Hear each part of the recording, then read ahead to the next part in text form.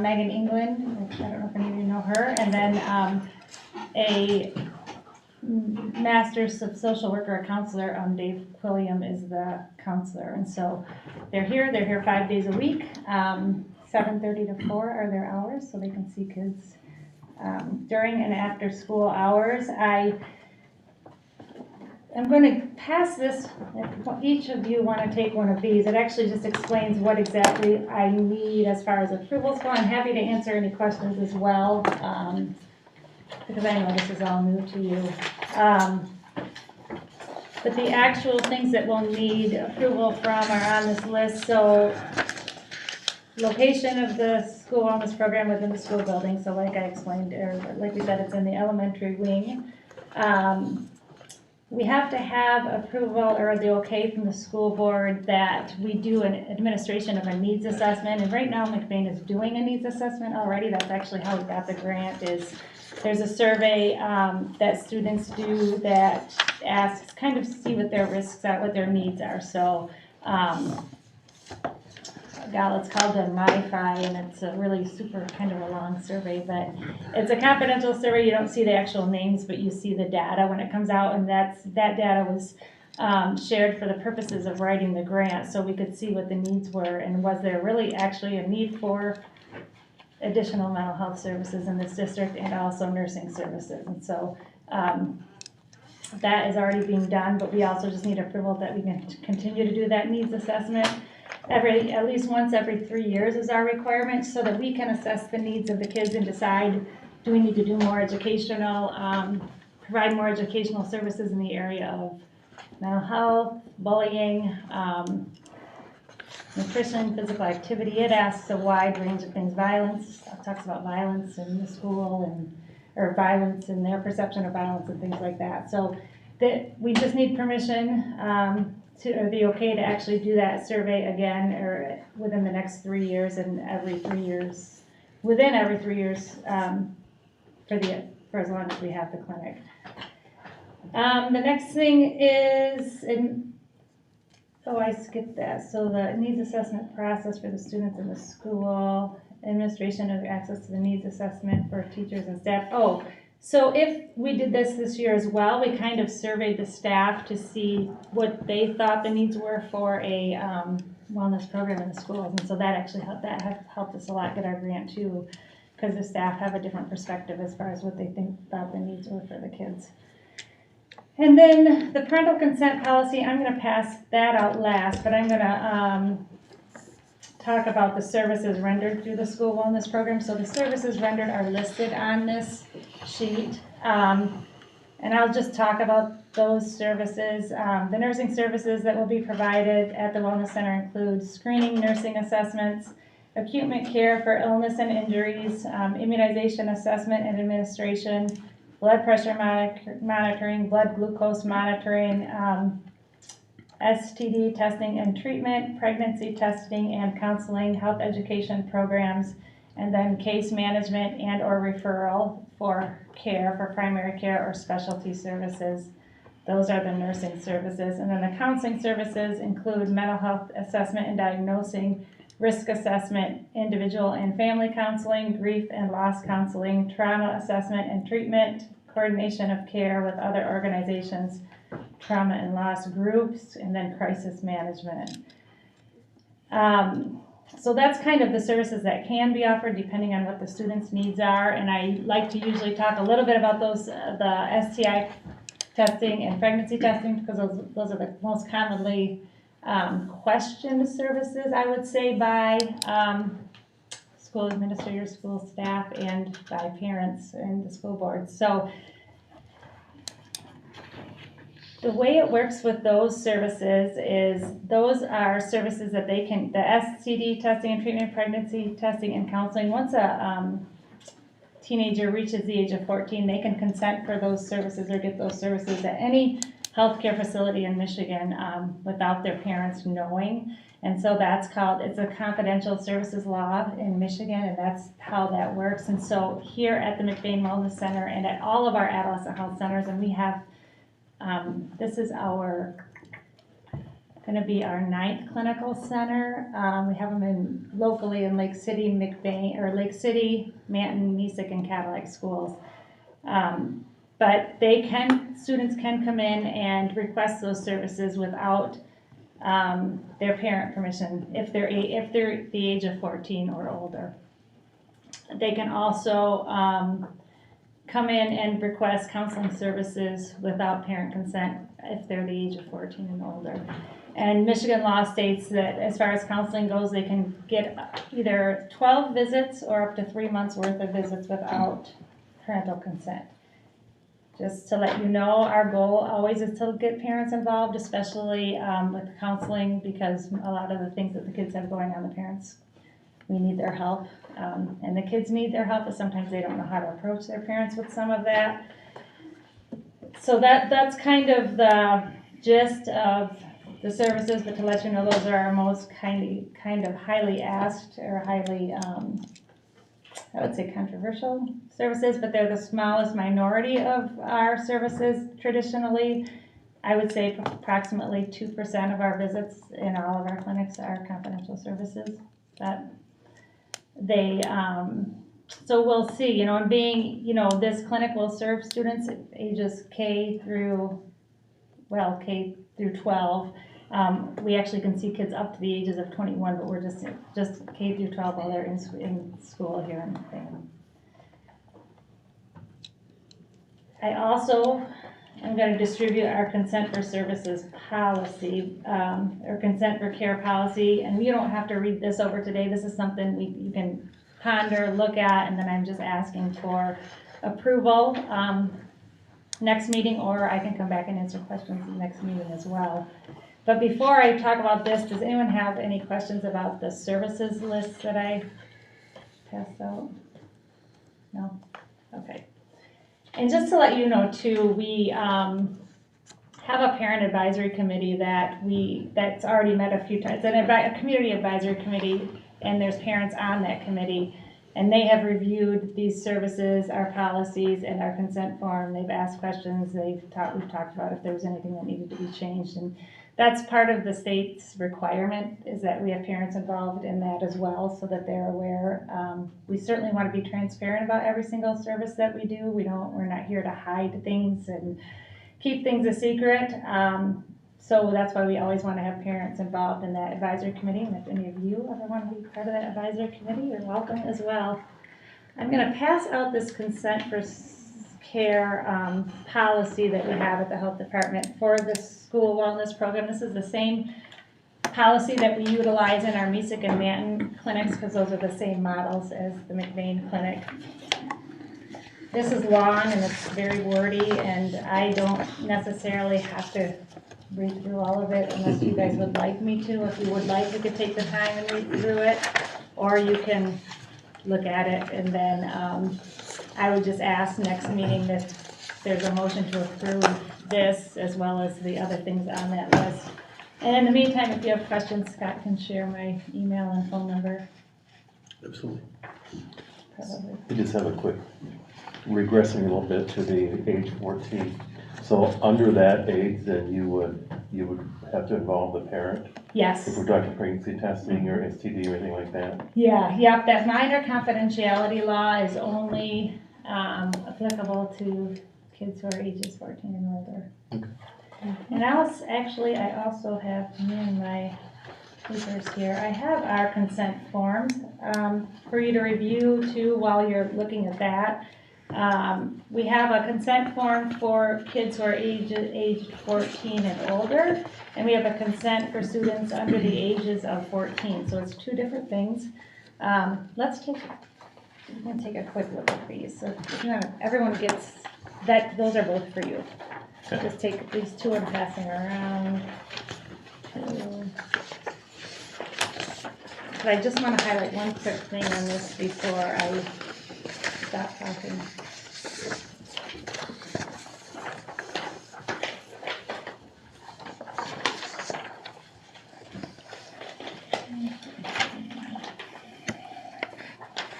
So you will notice on this, it if you'll turn to the second page, the second consent form at the top says consent form for students under the ages of 14.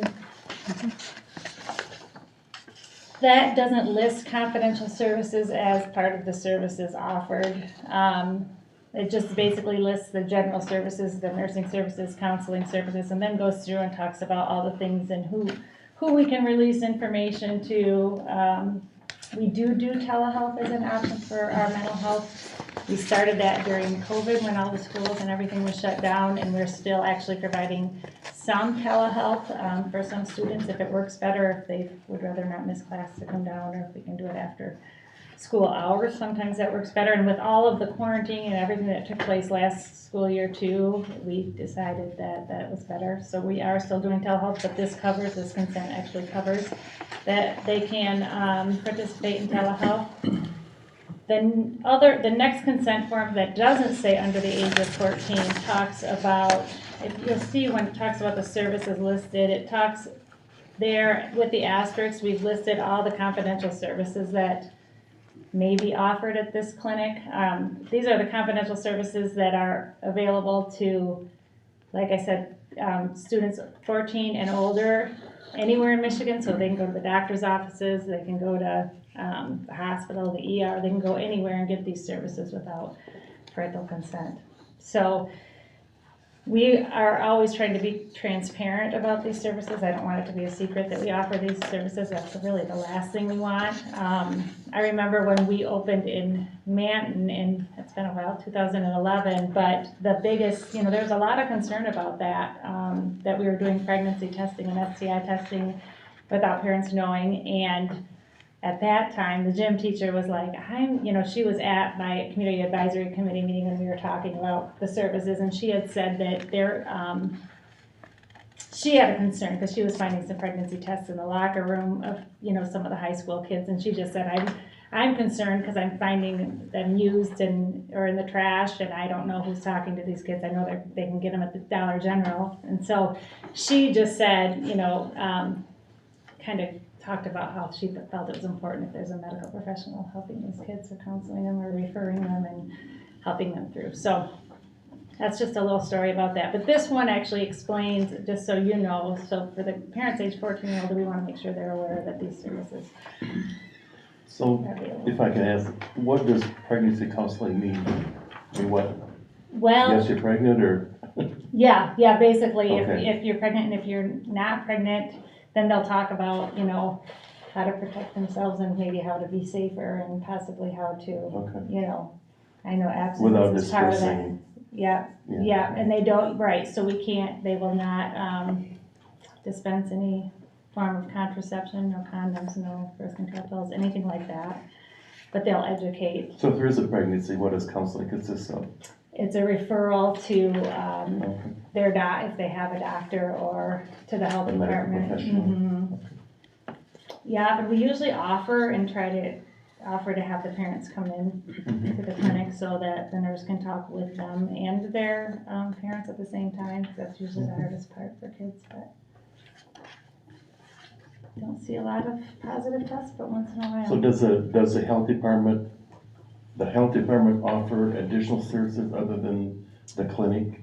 So the health department, what they can do is they do have a family planning program that offers, where they provide contraception and free condoms and things like that. Okay. Yep. Any other questions? One of the things that we're getting questions on, Katie, is with the consent, the parents put their insurance information on there as well. Mm-hmm. Could you explain to the board that Oh, sure. that people don't have to pay out of pocket? Sure. Yeah. And I didn't include those pages, but there's a page that asks for insurance. There's a page that just asks for simple health history. And then there's our HIPAA or our confidentiality or HIPAA statement, which requires their signature. But the reason we ask for billing is all of these services are covered. Our grant actually was from the Michigan Department of Health and Human Services and the Michigan Department of Education. So it's a combined grant, the grant dollars. But we don't have to bill for it. The only services we actually bill for are the mental health visits with the counselor. I can tell you the funding we get helps with our staffing. It doesn't really, it's not all-inclusive, it doesn't cover all of our costs. And so by being able to bill for mental health services, it actually helps supplement some of our funding. And so that's why we ask for billing information. And then we also, if we do immunizations, we will bill immunization or bill insurances for that, but we get a separate consent for immunizations. Usually we don't just do that without the parents signing a separate or letting us know by consent for a separate consent for that. So that's why, yeah, good. I'm glad you said that, Scott, because I didn't include those pages, but I certainly could send those along too. So without this form, a student can't avail the clinic? I mean. Correct. So Okay. the policy, so what happens is if they can, like, I mean, it happens every day probably, where a student falls in gym or has a fever or has a headache and wants to come down. If we don't have a consent form already signed on file, we can do a one-time verbal consent where we call the parents, we complete a verbal consent, we scan that into their record, and then, but after that, it has to be, we can only do that one time, a verbal consent, and then we let the parents know we're gonna send home the paper consent, that we like that signed. But we've had our parents, or students will come a second or third time without consent, and we can't see them, unless it's an emergency, or it's so life-threatening or something like that, then we can. But it's a lot of information and a lot of talking. Are there any? Yeah, I've shared a lot of information with the board already about this, about the services and kind of things that you have sent us. If they feel comfortable tonight, we do have it as an action item on the agenda. Are they able to go ahead and approve tonight? Or is there something else that we need to provide? Nope, no, there's nothing else needed by me, so that's up to you guys. Okay. Okay. Thank you. Thank you so much. Yeah, thanks, Katie. Thank you. Yeah, it's key. Oh, Okay. Moving on to routine matters, we need to approve minutes from our last meeting, the August meeting. I thought they all looked good. Motion? Support? Motion support to approve our August minutes. Any discussion? All those in favor say aye. Aye. Opposed? Okay. Treasurer's report. Yeah, so general fund beginning balance was $930,387.81. That was on August 1st. As of August 31st, our general fund balance is $1,011,598.87. Our food service, $602,362.99. And ending food service balance as of August 31st is $607,544.43. It's one thing that we're gonna, I've mentioned probably numerous times, but continue to watch is our food service budget. We have seen a decline in students participating in our school lunch program with return to paying for lunch. So This is kind of unrelated maybe, but do we have a lot of debt that students have in lunch? lunch I program. mean, is there a lot of unpaid lunches? Is There- that an issue here, or? We do have some, Really? but we also have an account set up that was a donation that can help with Okay. that as well. Okay, so it's not a huge, I couldn't give you a dollar amount, Yeah. but it must be nothing alarming, or Mrs. Eisinger would have You let me know. notified me of that. We do cut it off at some point where they can't keep charging meals, and we do offer a supplemental meal, typically of a peanut butter and jelly sandwich and milk. We meet all the food guidelines for that. So you would do that before you dip into this donation then? it just depends, Oh, a okay, lot on age level. Just Yeah. anybody abusing them, I guess. yeah, Yeah, yeah, okay. Mrs. Eisinger's got a good handle on that. She actually met with me a week or so ago about it. So Okay, do we have a motion to approve the treasurer's report? Motion. Motion Support. and support. Any discussion or questions for Mr. Eakin? All those in favor say aye. Aye. Opposed? Thanks, Scott. Matt, we need to consider some general fund invoices for payment. Alright, so from the general fund, make a motion to approve checks 73771 through 73910 for $140,455.86. And from food services, check number 73839 for $1,728.39. Okay. We have a motion, do we have support? Support. We have motion support, any discussion on our invoices? All those in favor say aye. Aye. Opposed? Moving on to reports and communications, myself, I guess I don't really have a lot tonight. Superintendent? Any questions about my report? All right, I'll hit some highlights and then we'll continue on with the meeting. One thing, so I'm trying to find my paperwork here, we'd like to talk quickly about is our goals for the school year. According to Section 98B legislation, Public Act 144, we have to talk about our goals and have goals set before September 15th.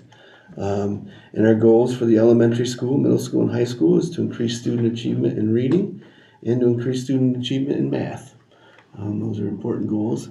It's kind of difficult right now to set actual goals of percentile increases when our kids are still testing. And we're going to plan on presenting on our testing at the October board meeting.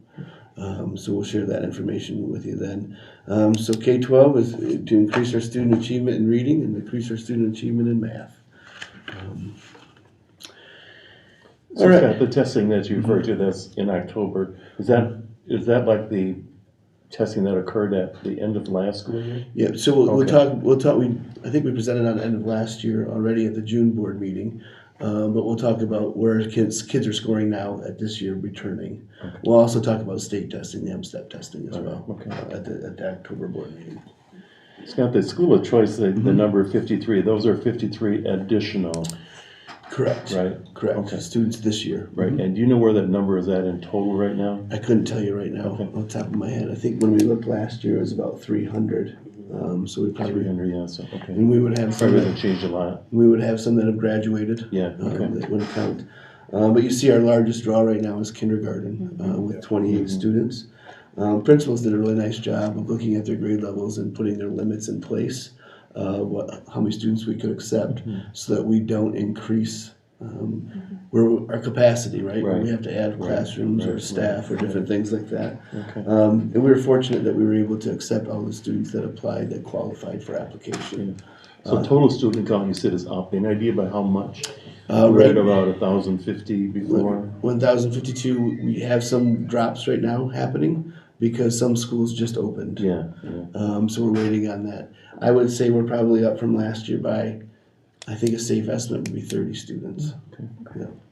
We also had, I think, 55 graduates last year, and we're looking at what David had for kindergarten, 85 kindergartners. Yeah. You know, so that's out and in.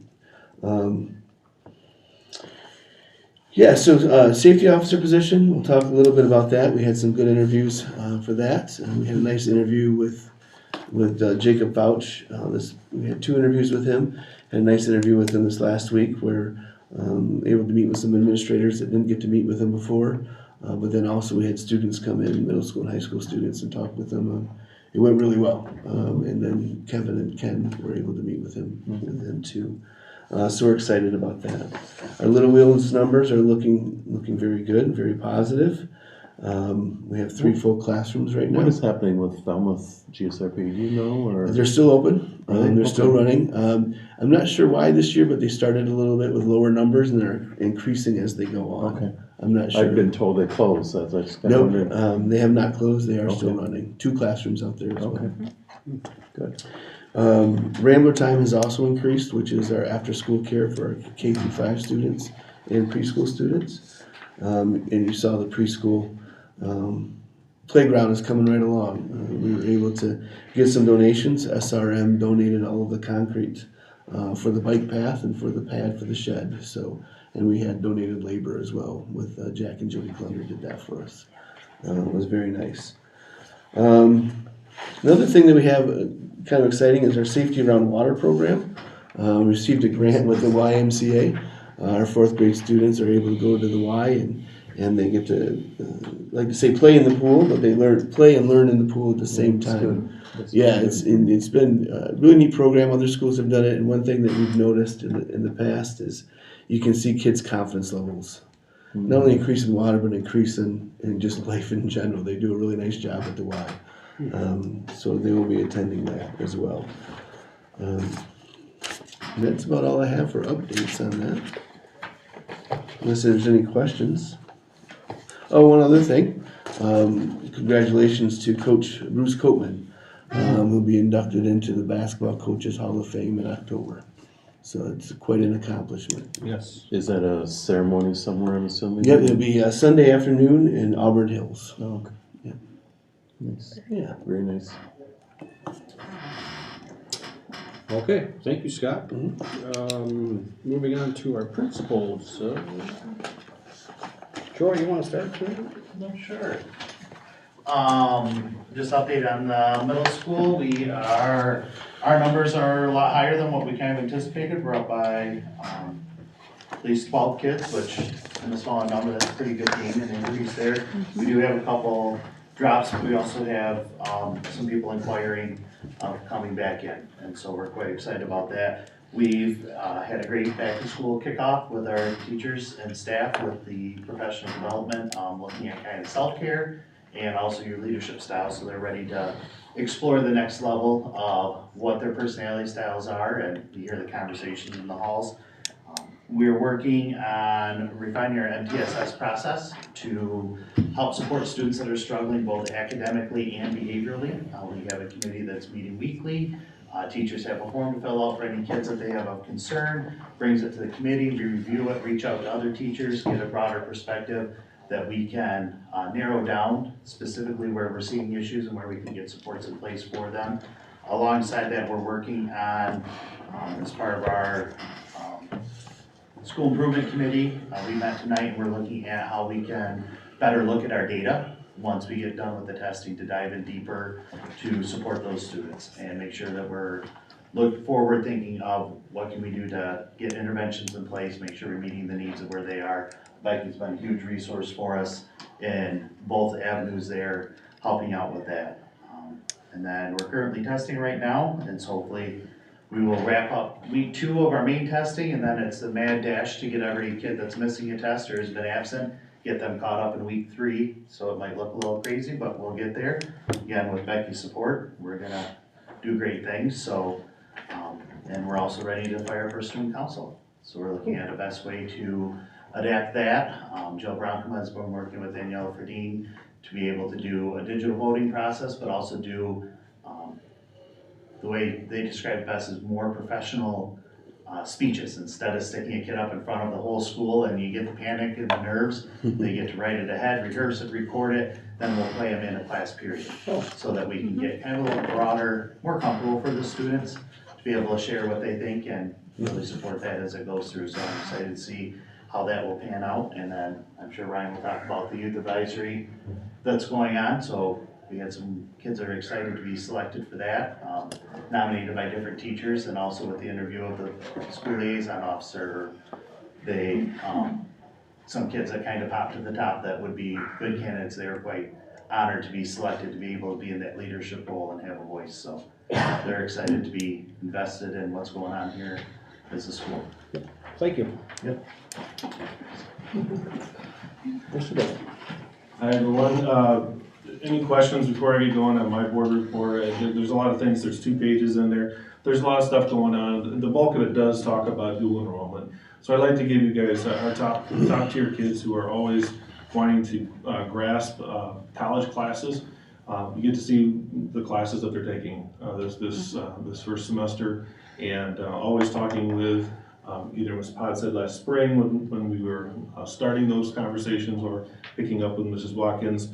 Those are always talked about being aligned with their educational development plan. So somewhere next steps or what they're doing. So quite a few kids involved in that. So 37 total, that would be juniors and seniors. We do have a couple of sophomores that have qualified. And remember, with dual enrollment classes, they do have to qualify for some of these classes, whether it be a PSAT or SAT score, or a combination of different things. So those are all checked off. The different courses, there's 29 different courses, but overall there's 60 courses being taken, so some are taking more than one, and that's why there's a higher number there. We do a very nice job of tag teaming newcomers to dual enrollment to experienced students. It was kind of nice throughout the first week of dual enrollment to see the leadership of some of our kids who have been involved in dual enrollment classes and how they kind of circle the wagons around some of those newbies to that, and whether it be signing on to their using their email through Mid-Michigan Community College and signing in and getting accustomed to the platform and different things. It's just really nice to see them help each other out. So that was good. Any other questions on that? We do have, Mid-Michigan is where we generally have most of our static classes going on with that. Virtually with teachers there, but the one thing to remember is that we do have juniors who are in a early college program who will then in their 13th year be out at Baker College and get that 2-year degree. And so we do have 2 students who are in that, and that's why those are separated. Those are in a different program. Really cool things going on. We had a blood drive this last week. We also had a fall festival. Baseball field got run over by a ton of little kids and things, and it was a lot of fun there. Finally got a win with our football team on Friday, so it was a good night. There we had a little bit of a dance, thanks to Ann Reese and Becky and Pat Maloney and the other freshman parents that helped out. A couple even stuck around for the dance, so that was nice. So kids really liked that. We had a good core group of about 25, 30 that closed it out, so they didn't want to leave. So they're grateful to be back and doing school things and activities. So our Youth Advisory Council, that's the last thing I'm going to highlight on this. It was a great experience. Katie's here from the Wellness Center. We had Emily Jo Reitz, is that how you say her name? Yeah. Reitz. She is the education coordinator working with our YAC, our YAC, which is our Youth Advisory Council. And I was so proud of them, the way that they vocalized, and for the first meeting, we had about 16 kids from grades 7 through 12. They were giving great ideas of how health and wellness can be talked about here in McBain and tied into the Wellness Center. They love having a voice, student voice, and we have great kids showing great leadership. I told Mr. Aiken I was just so very much impressed with our kids and at varying degrees of ages, being able to talk together. So they'll meet, they'll set some parameters, and Emily Jo is taking some feedback from them right now. There'll be a parent permission slip to sign off so that they can participate in the group. And it's just another way that we can create a learning experience for kids in a leadership role. So that's all I have. Thank you. Mrs. Rodenbaugh, do you want to touch on anything? I know we didn't talk to you about this beforehand, so sorry, about elementary. I know you've been helping a lot with the assessments. Elementary is in the same boat. We're testing, we started DIBELS this year again, which is a 1-to-1 test. So we just spent part of last week 1-to-1 testing 507 students, and we got it done. And then I wanted to share with you, I had shared with Mr. Aiken our WIDA results. Oh, yeah. And I didn't remember to share that with you earlier. So I think I have enough for everybody. It's just a quick update on our ELL program. I just included the numbers of K-12 enrollment for the last few years up at the top. And it fluctuates so much. We might start higher and end lower, and we might start lower and end higher. I just got a text tonight that there's 3 more enrolling, and then next week we might get 4 more from Texas, so it just fluctuates greatly. And then the WIDA is a standardized test that all of our English language learners have taken at one point. You can pass the WIDA, so I gave you a sample parent report. And this is what we base our EL program on, mostly. The 4 domains of language: listening, speaking, reading, and writing. This gives scores. And then at the bottom of this top portion where it says overall, that 5.0, this student passed the WIDA, so she does not have to take it this February. She's very, very happy. So I included how many students have exited. We very much look at that historically. That's important to us to see if they can pass. And we had one student almost, she missed it. You have to have a 4.8 to pass, and she had a 4.7, so we're gonna encourage her to just try a little harder this February. And then just a couple of highlights at the bottom. 23 of our 33 students that tested show growth. We look at those individual domains again. And then 5 of the students of those 33 were new to us, so I can't show if they had growth because they tested for the first time with us. So I just know sometimes there's curiosity about our EL program, and this is kind of how we start our year. Yeah, Thank you. thank you. Yeah, thank you. Mr. Rodo, even if they exit past the reader, they're still considered an English language learner. So we still consider them an English language learner, so we still help 59 students. The state of Michigan, if they pass, they are exited out of our program, and out of the database. They're not recognized as an ELL. But we still count them that way because they still go home and speak Spanish or have English-Spanish going on. So we still support them all the way through. So imagine to say they're just part of our general population then. Yeah, they just don't count them as an English language learner because they say a 4.8 on this is enough. And where we look at this and go, but her writing and her speaking are still low, I think she still needs some support. And to be honest, you know, conversational English, they learn quickly, but the academic is so much harder. And they're still learning 2 languages and then sitting in chemistry, but it's hard in any language. And so we are trying to support them all the way through. So is there any in the new budget, is there any of the new categoricals tied to this? So There hasn't been in the past, has there specifically? there is, it's called Title III, Okay. is your English language learners. I wanna say McBain, we, $3,000, I think this year we get 4. 4,000? yes. Whoopee. So, I'm not gonna complain about it, it's nice, No. yeah, About $10 but we could use a little bit more, absolutely. One of the things the ISD has also hired this year, or contracted with, is a ELL consultant. So we're gonna have an additional resource that McBain hasn't had in the past. Good, that's great. But did you say that in the new budget there is additional funding, or is No, it still there's at that low level? Mhm. There is a potential grant that I looked at, where we could get additional like $10,000, but it's a competitive grant. I can't remember the numbers for it, like P-41, I wanna say, but I think that's a fighter jet or plane. Yeah.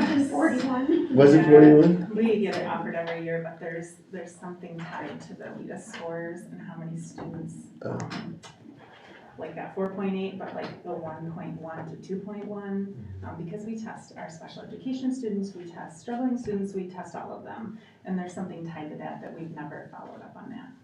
We don't fit that. And we still have the majority of the ELL students in ISD, right? Absolutely. The vast majority of Oh, them. absolutely. And because of our programming, other districts, when the students enroll there, they're referred here. Right.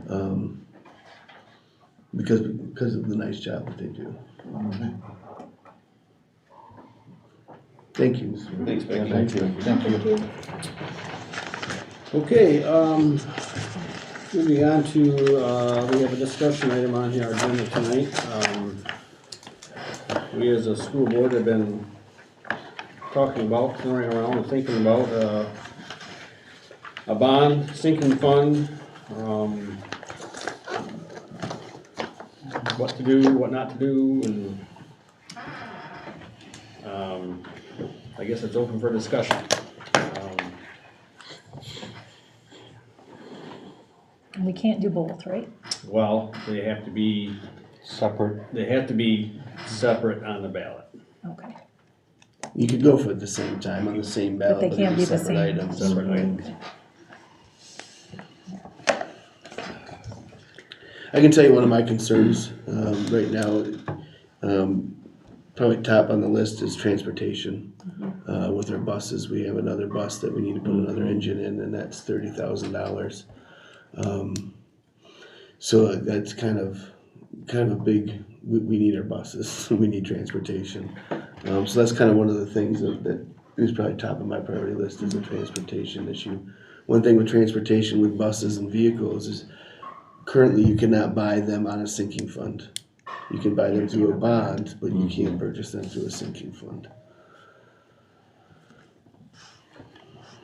I feel, on the general issue, I think the time has come to move. We need to do something. Yeah, I You know, agree. We've been 3 years now since there was a last attempt, and I feel to maintain some credibility that we still got needs, I think we need to move. I personally feel I'm very comfortable with having a bond proposal and a sinking fund proposal. I think that would work. I think there's a way of constructing a bond to me, because we got some immediate needs. I mean, the roofs and the computers and the transportation and that, you know, and then there's a whole bunch of other needs that can very, very well be structured through a sinking fund over 7, 8, 9, 10 years. I mean, I think we said a 1 mil would produce about $300,000 a year on a sinking fund, and so if we'd be able to get a 1.5 mils, 2 mils, you know, that's $500,000 a year that we could use to chip away at these other needs. But that's my feeling on it. I think there's a chunk that has to happen now, and then there's a chunk that we could easily fund with a sinking fund over a period of years. I personally believe our community will support a sinking fund without any question, and I believe with a correct approach and with a correct presentation, I believe they'll, you know, with the technology and the buses and our immediate roof needs, whatever they are, or whatever, I think they can see that very clearly. I'm convinced that we can put it together and we can be successful on both counts, I believe. The concerns I have though is, you know, our immediate needs. I guess we gotta decide what's immediate and what's 7, 8, 9, 10 years, cause there's some needs out there that aren't gonna make 7, 8, 9, 10 years, and there's gonna be a difference of opinion on which ones are more important than others, and. Correct. I think though too, we've sat for 3 years now, so we're looking at 3 years of nothing happening as far as this is concerned, so I agree with Ken, we've gotta get going. Yeah. Like- Well, I agree with that. Like, yeah, like so however we decide, I think we have to decide and we're going forward this way, but we need to get moving on it. Yeah. We need to have a committee, we need to get the groups going, we need to have the public meetings, we need to do whatever those things are, sooner than later. And yeah, I agree with you, Doug. There's always gonna be priorities, and priorities are gonna be different. You know, but that's the reason of coming together and, you know, agreeing on what the priorities are gonna be. You know, but there are some, like you mentioned, transportation. I mean, that's something that we can't do over 10 years. I mean, that's an immediate need that we need. Computer replacement, I'm assuming we're a couple years behind on. That kind of stuff. There's not much debating on those. I mean, those are immediate needs, and I think there's other things on the list that could be considered more immediate, and it would after that. You know, let's say if we do a sinking fund, the first year we get $500,000. Okay, what do we use that for? And that's where the give and take's gonna have to come in. You know, that's where the prioritization is gonna have to come in. But that's, you know, I think it's been proven that we probably aren't gonna get the $15 million to do everything today, and so I think getting a chunk of what we need, whether that's $3-4 million right now in a bond issue, and maybe doing, you know, the other $7, $8, $9 million over 10 years through a sinking fund, I think it's very, very doable. So on a sinking fund, like, how often or how long can that go? 10 years max, 3 mil max. So do each year, do we have to set forth what we're gonna use that money for, or? You don't have to, no. I think it's wise. Right, no, I agree. It'd be nice to have Like a them, budget. but we don't, it can have- be changed. Right. But we don't have to do it on the ballot. No. It can be, That's my understanding. It is, I mean, Right. we can decide Yeah. in here, this is the list we wanna knock out with a sinking fund, but it may come in. And if you have a large ticket item too, say $1 million for something, it's something that you can save. Like we're saving the next 3 years for this For project this to get project, done. okay. So it is anything. You can also borrow against it. You know, that would defeat the purpose of not paying interest. Right. Yeah. But you can borrow against it if something were to come up too. And 1 mil was 300,000? Roughly $300,000 was 1 mil. And you said 3 mil maximum? 3 mil maximum. For 10 years. And the last school votes that were held, I think I brought this before, but I don't know how many, there were 8 or 10 sinking fund proposals out there in northern Michigan. Everyone passed, 100% passed. Not all the bond issues did, but all the sinking funds passed.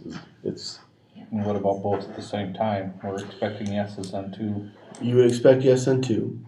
One thing that you could do, and correct me if I'm wrong, we really haven't discussed this yet, so, say you had both on the ballot, the bond and the sinking fund. Typically, people vote for what's cheaper. I mean, that's just kind of common practice. If you pass the sinking fund but didn't pass the bond, you could not draw down on those mills. You could, because it's correct. On the sinking fund, you could decide not to draw down on those. Yes, I believe so, yeah. You could just not You charge cannot it. levy it. Yeah, you that's cannot my levy word, it. levy it, yeah, you don't have to levy it. Right. So if they don't pass, you wouldn't have to levy. Okay. You know, one thing that you kind of brought up about the technology, is the last few years it's been purchased with ESSER funds. ESSER funds are no more. Right. Yeah. Yeah, those are done. So the district was able to keep going with that using the ESSER funds. And we've been able to knock off other things using ESSER funds that were on the original ballot proposals from a few years ago. I think one of our, and Becky kind of alluded to it, one of the initial steps, I think we need to organize a plan. I mean, I had given Scott just some notes out of my head at one point, and you know, how are we going to approach this? I mean, I think there has to be my feeling is there has to be a central board committee with Scott that has to be, it's going to be a big job, and then I think we need to take our needs and split them up into, I come up with like maybe 5, 6, 7 major areas, you know, and then I think each of those major areas need a study committee to really study it and tear it apart and decide what we need and what we don't need and that kind of stuff. And then somehow those specific areas, 5 or 6, need to come back to this central committee and say, okay, this is what we think our voters will support, you know, and there's lots of variations in that, but that's my mind about how we go about it, because I don't know, we just need to get started. You know, in the executive committee, we've been having some discussions, in the building and site committee, we've been having some discussions about it, but I do think just with the transportation, it's kind of forcing our hand of, we need to get some, Well, in the eyes of the public, you know, 4 years or 3 years ago, we said we needed $14 million, we didn't get it, and you kind of, every year goes by, you kind of look a little dumber that you didn't really need it, you know? Well, you just use the excuse of COVID. Well, COVID happened. Well, I know. Just ask your dollar. Yeah. Yeah. But you know what I'm saying? Yeah. Is that if we have a need, we have a need, you know, and, I don't know, that's what I feel about it. I have a good PowerPoint that I gotten from another school district as part of our MSBO group or whatever that does a pretty good job of explaining, you know, the difference between a bond and a sinking fund and what you can put in a sinking fund, what you can put in a bond, and I can get that to you. Yeah. And then I know that too with the regular bond, you know, you don't have to do everything necessarily right at once. I mean, you can kind of spread that out a little bit, but I do think there are some rules with as far as like transportation buses and one-to-one devices are called short life. You know, purchases, I guess we would say with bond money, and there's something about like that portion of the bond has to be paid back before that life, and I think it's 5 years, and so you have to kind of, you know, if you're gonna spread that out, balance those things so that you have some of maybe the short life projects going along with the longer life project. RJ at PFM is good at explaining those things, but, yeah, so. I do think it's important we get the things done that need to be done and not be asking for money again, Oh, definitely, yeah. you know, too soon. No, that's true. So maybe this, Liz, if I understand what you said, so if we pass a bond, we'd have a certain length of time to spend that, right? A certain number of years has to be spent within a certain length of time from when the bond's approved? Right. Is that like, And you kind of, you 2 get years or those, something? you get those funds, up front. I guess we'll say if you're going out for, if you're gonna, assess those mills, and so you're paying interest, right, on those. That's one of the difference between that and a sinking fund. Right. You don't start paying, but you you can don't do have the, interest until you start. you can do the drawing bonds it in out. certain series too, Yes, right? that's what I mean. You can do series, multiple yes. Those are the words series. I couldn't get out, but yes, in series. Right, and that- so you wouldn't pay interest on it all right up front. Right, Yeah. if you do it in a series. So you could do like, if you wanted to spread it over a number of years so that your one-to-one devices are, Mm-hmm. being replaced periodically instead of all at once, but I don't know.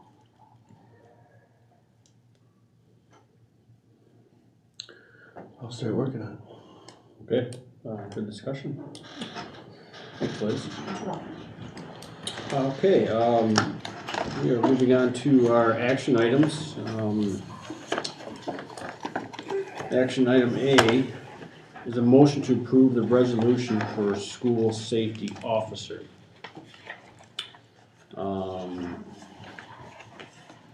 The resolution was in your packet there. I'm assuming you probably got a chance to Read look the it whole over. thing.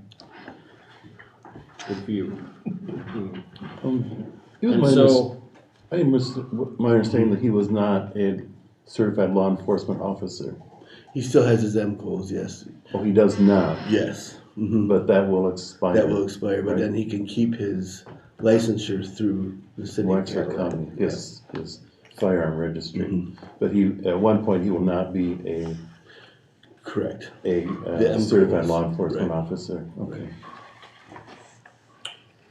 so Do you wanna make the motion, or do you want me to explain the resolution first? go ahead and explain it. So the resolution basically allows, Jacob Vouch to carry a firearm in the building. Right. The school board has policies, and they're listed in the resolution that says employees cannot carry weapons or firearms. This gives him an exemption. This was written by Troon. Okay. I had a question on page 2. I think there's a strange name in there. Oh, That's It on says one of the Paul copies, Fowler's it's training. been, maybe I'm looking at it. oh, It had somebody else's name in it. Paul Fowler is, Oh, it would have been just a typo. Okay. Yeah. So that will be his name in there. Yes, Okay, yeah. all right. I think he's the guy we talked to originally, wasn't it? It was, It yeah. was it? Yeah. yeah, Was that on the resolution? it was on the, Contract? yeah, Okay. no. I think on the resol- contract was No, okay. it's on the resolution. It says here, Okay. with understanding that it is not due with extreme caution necessary for self-defense and defense of others in a manner consistent with Michigan law and Paul Fowler's training. Okay. I think the contract was okay. I didn't Yeah, we see can that. change that. It was Yeah. just a typo. Yeah. Make a motion that we approve the resolution. Support. Okay, we have a motion support to approve the resolution for the school safety officer position. Is there any more discussion on the resolution? All those in favor say aye. Aye. Opposed? Okay. Action item B, a motion to approve a contract for Jacob Fouch as school safety officer. I guess I can just speak for a minute on, the interview that we had, Ken and I and Scott had with him. I think Ken and I both were impressed with this guy, and he seems to carry himself very professionally. Extremely well. Scott said he did very well with the students, which is very important for this position. Our kids need to feel comfortable around this guy. I guess one of the things that kind of struck me was what you touched on too, is when he was with the students and they said something like, he said he was from the Hope Lake area. And one of the students asked him if that's where he got his diploma, and he said, no, I don't have a diploma. I have a GED. But he said, I grew up in a not a very good environment. And so I think this guy really understands where some of these kids are today. That's great. Yeah, he's very transparent, very transparent. He talked, that education was a priority, and like he realized that now, and he had to work extra hard because of that to get where he is. That's awesome. Yeah, I worked with him just for one evening doing setup for a fishing weekend for some young kids, and donated a bunch of buckets and fishing poles and stuff for the kids, and it was very pleasant to work with. And I have gotten a few phone calls from some people that know him that recommended him Good. highly. Yeah, I think he'll relate well. He's spent a couple years in narcotics too, and so he's got an eye and a nose and everything for that too. So quite broad things that he's been into. Yes. Just I would make a motion. Support. Okay, we have a motion and we have support for the hire of Jacob Fouch. I have a question on item 22. Is that, the binding arbitration, is that normal? This was written by Troon as well. Okay. Did we want that? I think that's fair, yeah. Okay.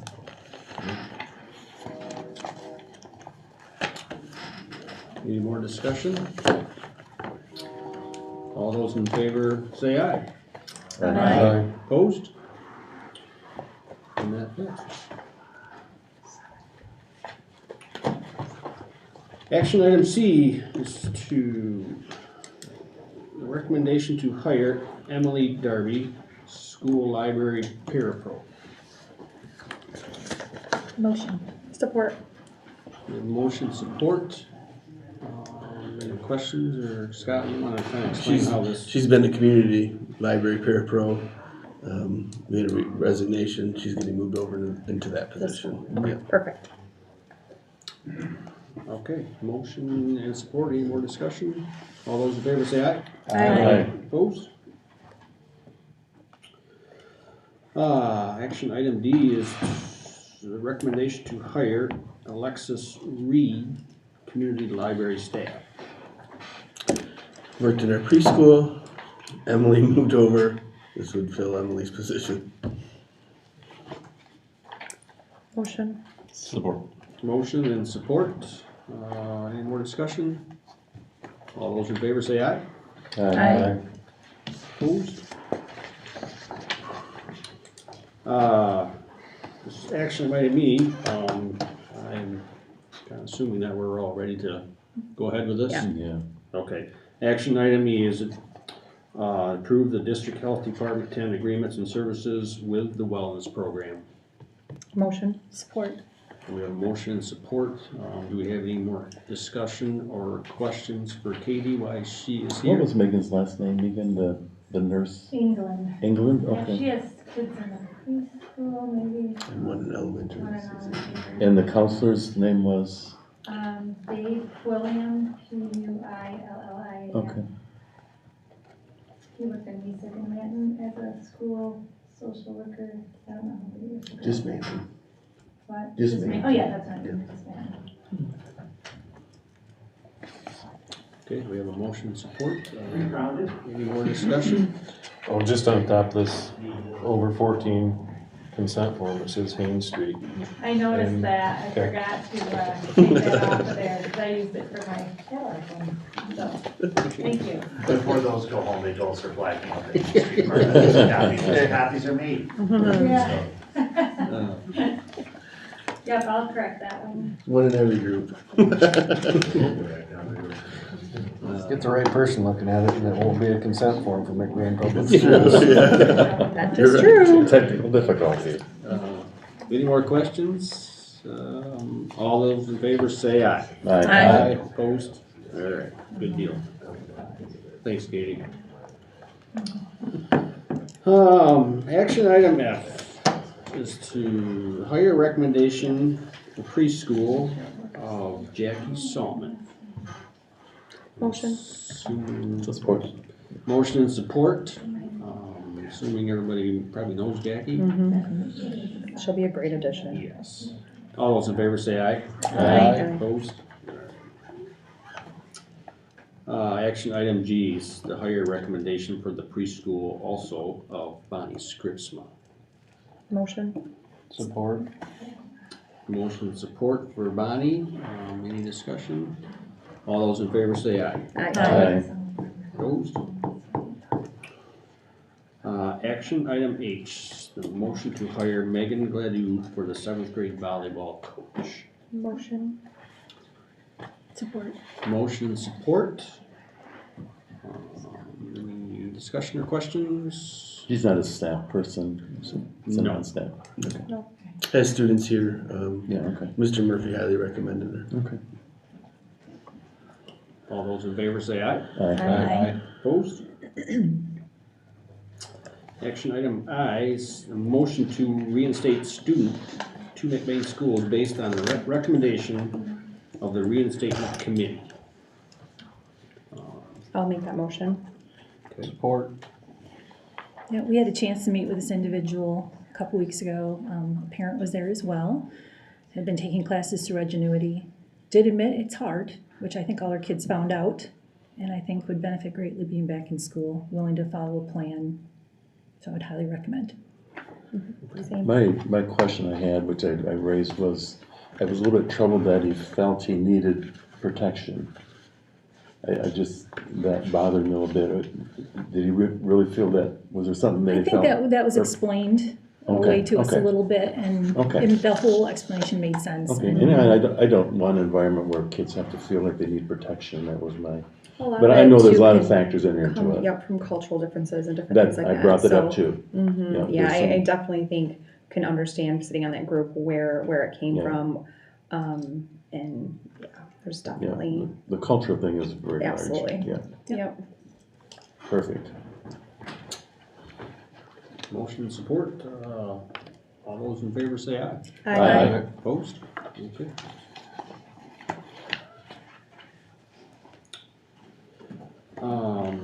That is all of our action items, so we are down to public comment again.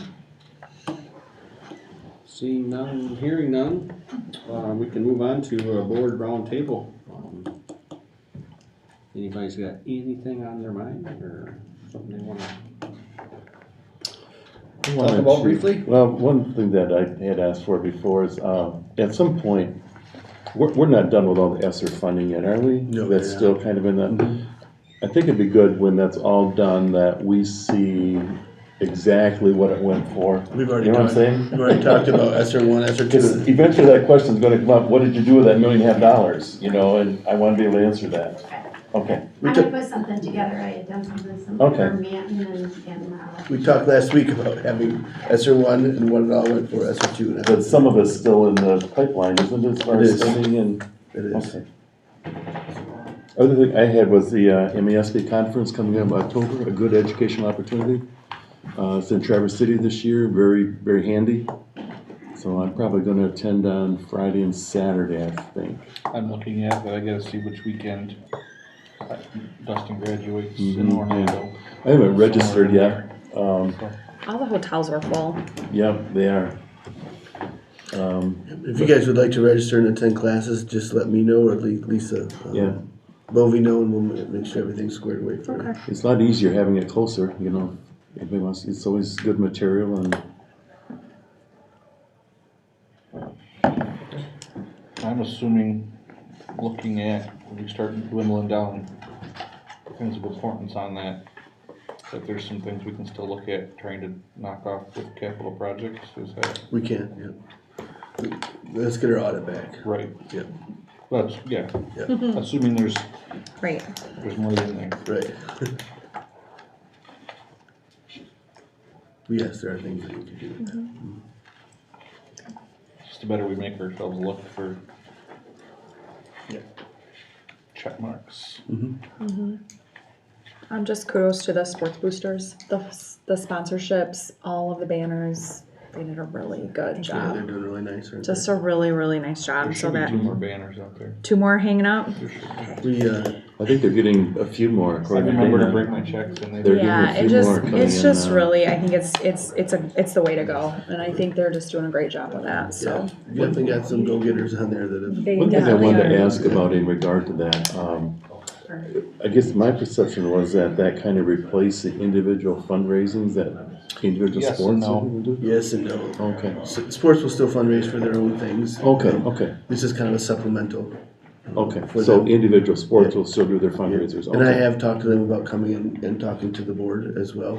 They wanted to Okay. make sure that their bank account was set up, which finally got done like last week. Yeah, yeah. Before they came and talked to the board, so. Mhm. Yeah, a lot of excitement, that's good. Yeah. It'll be good. And then just kudos to Mr. Finstrom, because when things are sometimes rough, we hear, and we don't always hear when things are great, but I've heard great things already. Donuts, he's buying lots of donuts. Donuts? Okay, do I have a motion to adjourn? Motion. Motion and support, any more questions? All those in favor say aye. Aye. All right, good meeting, everybody. Thank you. Adjourned at 7:09.